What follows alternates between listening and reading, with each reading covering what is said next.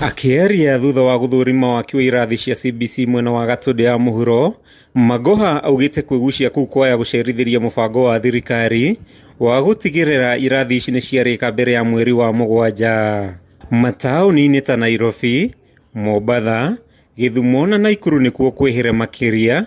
Magoha akiuga ati guku kwi mathukuru maingi ma muthingi ma andu kiumbe gukira ma secondary. Globally we have constructed close now to 5,000 classrooms, which are physical and you can actually inspect them. Nyanza, the northern region is 100%. It became 100% 8 weeks ago.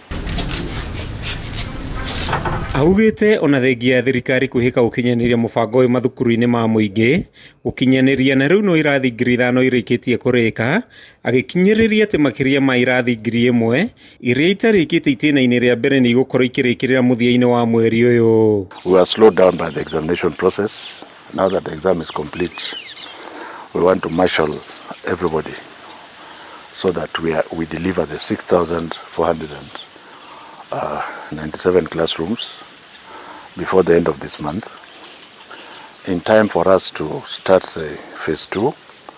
As you are aware, my target is to get 10,000 classrooms by the end of July. Oho Magoha ni ongereire ati mubango wa kumaka igeranio cia KCSE no wambiriirie muthenya wa umuthi. Arutwo riu magitanya kwamukira maumirira ma igeranio cia umuthia-ini wa mweri uyu mathukuru matanahingurwo. Athiete na mbere na kuuga ati mubango wa guthomithia arimu a junior secondary ni wambiriirie na mubango uyu ni uguthie na mbere nginyagia mweri-ini wa Dithemba. We promised our timetable, which was decided on by the larger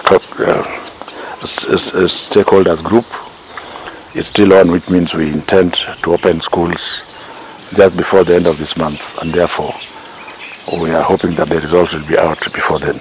Handu-ini ha Kameme TV kuma Gatundu ya muhuro kaunti-ini ya Kiambu, ritwa riakwa ni Mathio Ndung'u.